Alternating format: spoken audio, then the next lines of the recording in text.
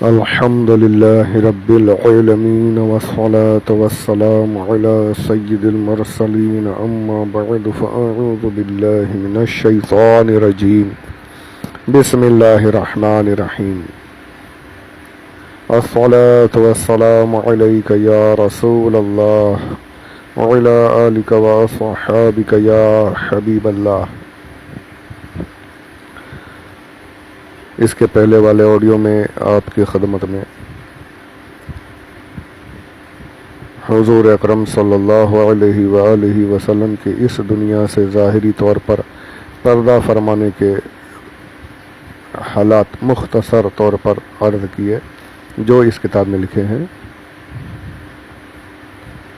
اس کے بعد صحابہ کا کیا حال ہوا وہ سماعت فرمائیں۔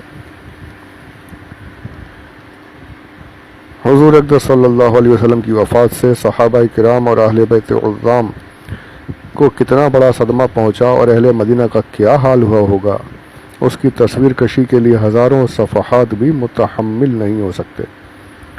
وہ شمع نبوت کے پروانے جو چند دنوں تک جمال نبوت کا دیدار نہ کرتے تو ان کے دل بے قرار اور ان کی آنکھیں اشکبار ہو جاتی تھیں۔ ظاہر ہے کہ ان عاشقان رسول پر جان عالم صلی اللہ علیہ وسلم کے فراق کا کتنا روح فرسا اور کس قدر جان کا صدمہ عظیم ہوا ہوگا۔ جلیل القدر صحابہ کرام بلا مبالغہ ہوش و حواس کھو بیٹھے، ان کی عقلیں گم ہو گئیں، آوازیں بند ہو گئی اور وہ اس قدر مخبوط الحواس ہو گئے کہ ان کے لیے یہ سوچنا بھی مشکل ہو گیا کہ اب کیا کریں کیا کہیں۔ حضرت عثمان غنی پر ایسا سختہ طاری ہو گیا کہ وہ ادھر ادھر بھاگے پھرتے تھے، مگر کسی سے نہ کچھ کہتے تھے نہ کسی کی کچھ سنتے تھے۔ اللہ حضرت علی رضی اللہ عنہ رنج و ملال میں نڈھال ہو کر اس طرح بیٹھے رہے کہ ان میں اٹھنے بیٹھنے اور چلنے پھرنے کی سکت ہی نہ رہی۔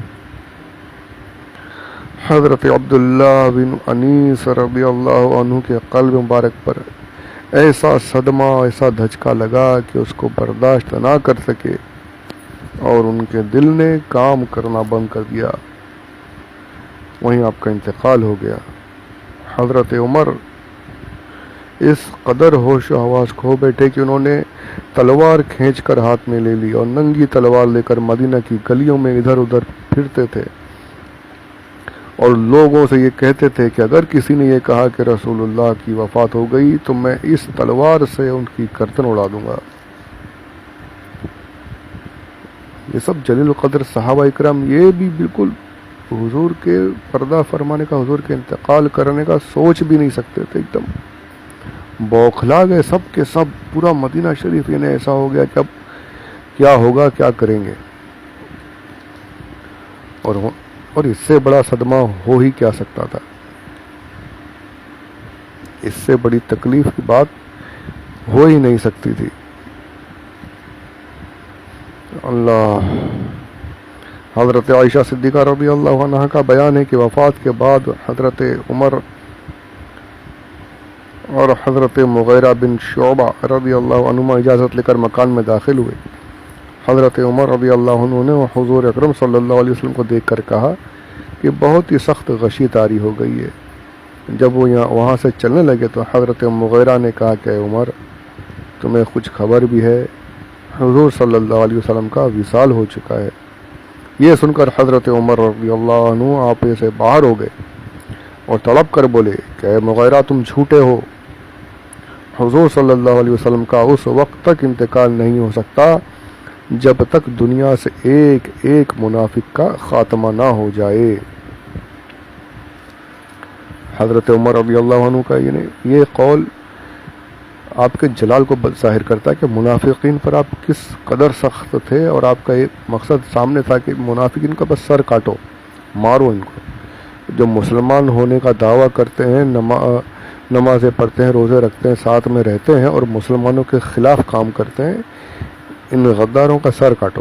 جو حضور کی گستاخیاں کرتے ہیں ان کو مارو۔ یہ حضرت عمر فاروق کی ہے، یعنی کہ ان کا کام یہی تھا اور انہوں نے کیا بھی ہے۔ یہ واقعہ بڑا طویل واقعہ، یہ مشہور واقعہ ہے، یہ آپ لوگوں نے سنا ہوگا پہلے بھی، باقاعدہ قرآن کی آیت نازل ہو گئی تھی اس بارے میں. اور یہ بھی پتہ چلا کہ اس وقت میں اتنے مبارک وقت میں بھی منافقین موجود تھے. تو آج اگر کوئی یہ کہتا ہے کہ ہم کو یہ نہیں کہنا چاہیے، سب مسلمان ہیں، سب ایک جیسے ہیں، تو وہ اپنے آپ کو حضرت عمر سے بڑا سمجھتا ہے معاذ اللہ. جب حضور اکرم صلی اللہ علیہ وسلم کے دور میں منافقین تھے تو آج بھی ہیں. یہ کہنا بالکل غلط ہے کہ سب مسلمان ہیں، سب ایک ہیں، یہ بالکل غلط ہے. حضرت عمر کے اس قول سے اور پچھلے واقعات سے بھی یہ ثابت ہے کہ منافقین مسلمانوں کے بیچ میں مسلمان بن کر اس وقت بھی رہے اور آج بھی موجود ہیں.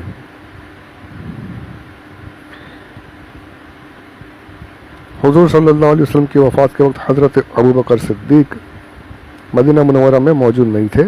مسجد نبوی سے 1 میل کے فاصلے پر تھے.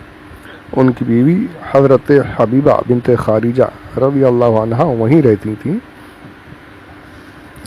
چونکہ پیر کی دن دوشنبے کے روز یعنی کہ پیر کو صبح کے وقت میں حضور اکرم صلی اللہ علیہ وسلم کے مرض میں کمی نظر آئی اور کچھ سکون معلوم ہوا، اس لیے حضور صلی اللہ علیہ وسلم نے خود حضرت ابوبکر صدیق کو اجازت دے دی تھی کہ تم سخ چلے جاؤ اور اپنی بیوی بچوں کو دیکھتے آؤ.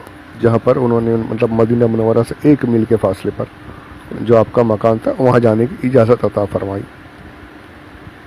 تو آپ وہاں چلے گئے تھے. بخاری شریف وغیرہ میں ہے کہ حضرت ابوبکر رضی اللہ عنہ اپنے گھوڑے پر سوار ہو کر سخ سے آئے، اور جب وہاں خبر ملی تو واپس آئے اور کسی سے کوئی بات نہیں کی، نہ سنی. سیدھے حضرت عائشہ کے حجرے میں چلے گئے. بیٹی تھیں آپ، سیدھا یعنی بالکل پردہ وغیرہ کوئی ضروری نہیں، سیدھا آپ اندر گئے اور حضور اکرم صلی اللہ علیہ وسلم کے رخ انور سے چادر ہٹا کر آپ صلی اللہ علیہ وسلم پر جھکے.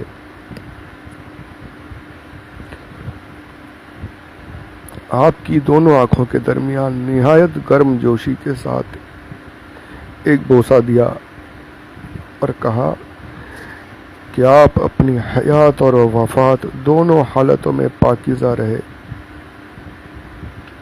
میرے ماں باپ آپ پر فدا ہوں. ہرگز خداوند تعالی آپ پر 2 موتوں کو جمع نہیں فرمائے گا.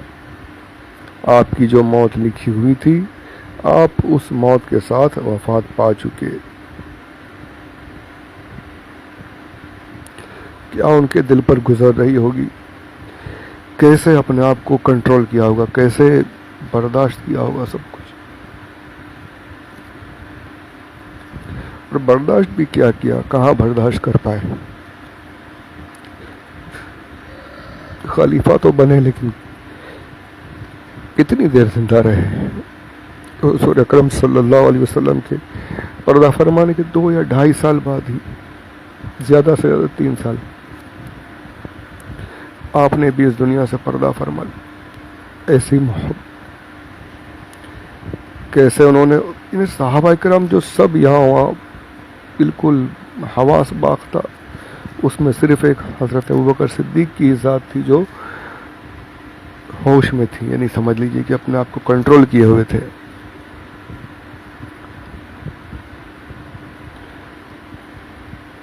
اس صدمے کو برداشت کر کے حجرہ اقدس سے آپ باہر تشریف لائے، مسجد میں آئے تو اس وقت حضرت عمر رضی اللہ عنہ لوگوں کے سامنے تقریر کر رہے تھے. یعنی آپ تو وہی سب کو منع کریں، نہیں حضور کا انتقال نہیں ہوا، جو یہ بولے گا میں اسے تلوار سے کاٹ دوں گا.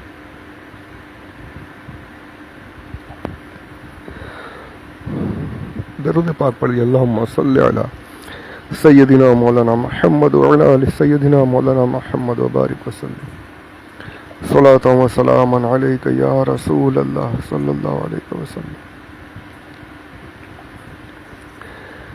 آپ نے دیکھا حضرت عمر تقریر کر رہے ہیں تو آپ نے فرمایا عمر بیٹھ جاؤ. حضرت عمر نے بیٹھنے سے انکار کر دیا. ابوبکر صدیق رضی اللہ عنہ نے دیکھا یہ سننے والے نہیں تو ان کو چھوڑا اور خود لوگوں کو متوجہ کرنے کے لیے خطبہ دینا شروع کر دیا. اور کہا جو شخص تم میں سے محمد کی عبادت کرتا تھا وہ جان لے کہ محمد کا وصال ہو گیا، اور جو شخص تم میں سے خدا کی پرستش کرتا تھا تو خدا اللہ عز و جل زندہ ہے، وہ کبھی نہیں مرے گا۔ پھر اس کے بعد حضرت ابوبکر صدیق رضی اللہ عنہ نے قرآن پاک کی آیت مبارکہ تلاوت فرمائی، وَمَا مُحَمَّدٌ إِلَّا رَسُولٌ قَدْ خَلَتْ مِن قَبْلِهِ الرُّسُلُ أَفَإِن مَّاتَ أَوْ قُتِلَ انقلبتم عَلَى عَقَابِكُمْ وَمَن ينقلب عَلَى عَقِبَيْهِ فَلَن يَضُرَّ اللَّهَ شَيْئًا وَسَنَجْزِي اللَّهَ الشَّاكِرِينَ۔ نجزی اللہ الشاکرین۔ اور محمد صلی اللہ علیہ وسلم تو ایک رسول ہیں، ان سے پہلے بہت سے رسول ہو چکے، تو کیا اگر وہ انتقال فرما جائیں یا شہید ہو جائیں تو تم الٹے پاؤں پھر جاؤ گے؟ اور جو الٹے پاؤں پھرے گا اللہ کا کچھ نقصان نہ کرے گا، اور ان قریب اللہ شکر ادا کرنے والوں کو ثواب دے گا۔ حضرت عبداللہ ابن عباس کہتے ہیں کہ حضرت ابوبکر صدیق رضی اللہ عنہ نے یہ تلاوت کی تو معلوم ہوتا تھا کہ گویا کوئی اس آیت کو جانتا ہی نہ تھا۔ ان سے سن کر ہر شخص اسی آیت کو پڑھنے لگا۔ قرآن سن کر سب کے سمجھ میں آ گیا کہ اب شمع رسالت اب ہمارے بیچ میں نہیں ہے۔ سب کے سمجھ میں آ گیا کہ اب حضور اکرم صلی اللہ علیہ وسلم کا انتقال ہو چکا ہے۔ قرآن کے بعد سب کو یعنی کہ اب ہوش آنے لگا۔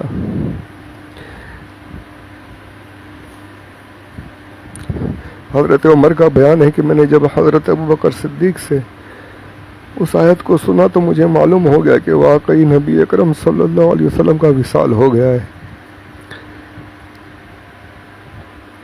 پھر حضرت عمر اضطراب کی حالت میں ننگی تلوار لے کر یہ اعلان کرتے پھرتے تھے کہ حضور صلی اللہ علیہ وسلم کا وصال نہیں ہوا۔ اس سے رجوع کیا اور ان کے صاحبزادے حضرت عبداللہ رضی اللہ عنہما کہتے ہیں کہ گویا ہم پر ایک پردہ پڑا ہوا تھا کہ اس آیت کی طرف ہمارا دھیان ہی نہیں گیا۔ حضرت ابوبکر صدیق نے خطبے میں اس آیت کو پڑھ کر اس پردے کو اٹھا دیا۔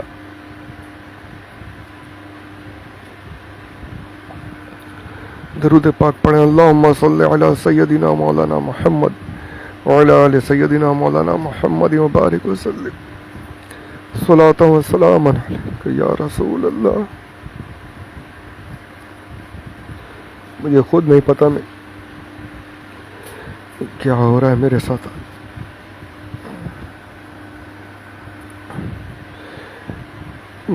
مجھے پڑھتے ہوئے میرا یہ مطلب آنسو نکل رہے ہیں۔ صحابہ کا کیا حال ہو رہا ہوگا اس تصور بھی نہیں کر سکتے ہم، وقت تصور بھی نہیں کر سکتے۔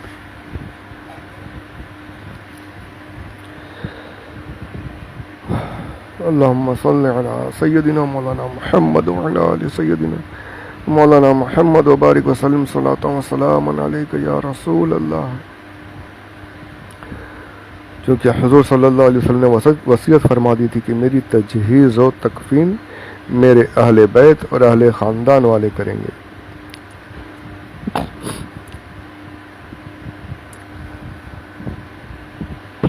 صلی اللہ علیہ یا رسول اللہ۔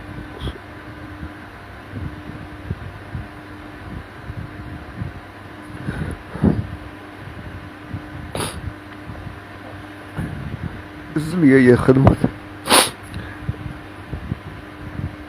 آپ کے خاندان ہی کے لوگوں نے انجام دی۔ چنانچہ حضرت فضل بن عباس اور حضرت قسم بن عباس اور حضرت علی، حضرت عباس اور حضرت اسامہ بن زید رضی اللہ عنہم نے مل جل کر آپ کو غسل دیا۔ آپ کی ناف مبارک اور پلکوں پر جو پانی کے قطرات اور تری جمع تھی حضرت علی نے جوش محبت فرط عقیدت سے اس کو زبان سے چاٹ کر پی لیا۔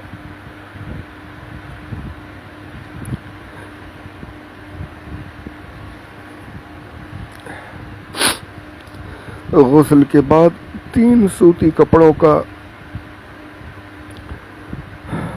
آپ کو کفن دیا گیا، ان میں قمیص اور امامہ نہ تھا۔ جنازہ تیار ہوا تو لوگ جنازے کے لیے ٹوٹ پڑے، نماز جنازے کے لیے۔ پہلے مردوں نے، پھر عورتوں نے، پھر بچوں نے نماز جنازہ پڑھی۔ جنازہ حجرہ مبارکہ، جنازہ جس حجرے میں حضور اکرم صلی اللہ علیہ وسلم کا انتقال ہوا اسی حجرے میں رکھا ہوا تھا۔ باری باری سے تھوڑے تھوڑے لوگ اندر جاتے تھے اور نماز پڑھ کر چلے آتے تھے، لیکن کوئی امام نہ تھا۔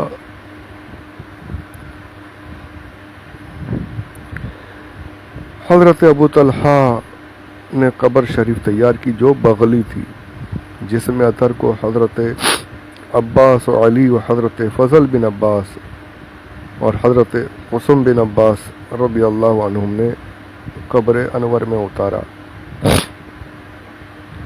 دوسری روایتوں میں حضرت اسامہ اور حضرت عبد الرحمن بن عوف کا نام بھی آتا ہے۔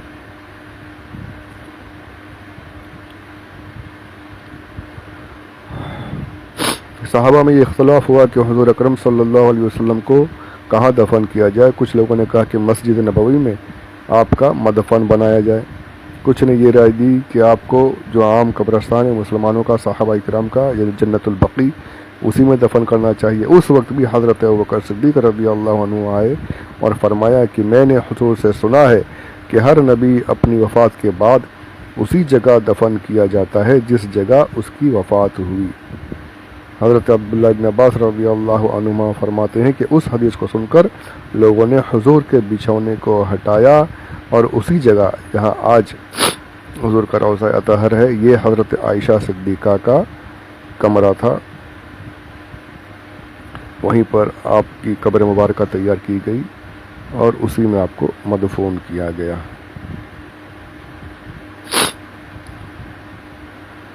حضور اکرم صلی اللہ علیہ وسلم کے غسل شریف اور تجہیز و تکفین کی سعادت میں حصہ لینے کے لیے ظاہر ہے کہ شمع نبوت کے پروانے کس قدر بے قرار رہے ہوں گے۔ سب کو پتہ ہے، اور کتنے خوش نصیب رہے جنہوں نے سرکار کو غسل مبارک دیا۔ پھر امیر المومنین حضرت ابوبکر صدیق رضی اللہ عنہ نے بحیثیت امیر المومنین ہونے کے یہی حکم دیا کہ یہ اہل بیت ہی کا حق ہے، اس لیے حضرت عباس اور اہل بیت نے کباڑ بند کر کے غسل دیا اور کفن پہنایا، مگر شروع سے آخر تک خود حضرت امیر المومنین اور دوسرے تمام صحابہ کرام حجرہ مقدس کے باہر حاضر رہے۔ تو اب یہ وقت زیادہ ہو رہا ہے، اس کے بعد انشاءاللہ اگلے آڈیو میں سماعت کریں گے۔ اللہ تبارک و تعالی حضور کی محبت ہمارے دلوں میں پیدا فرمائے، صحابہ کرام کے طریقے پر چلنے کی توفیق رفیق عطا فرمائے۔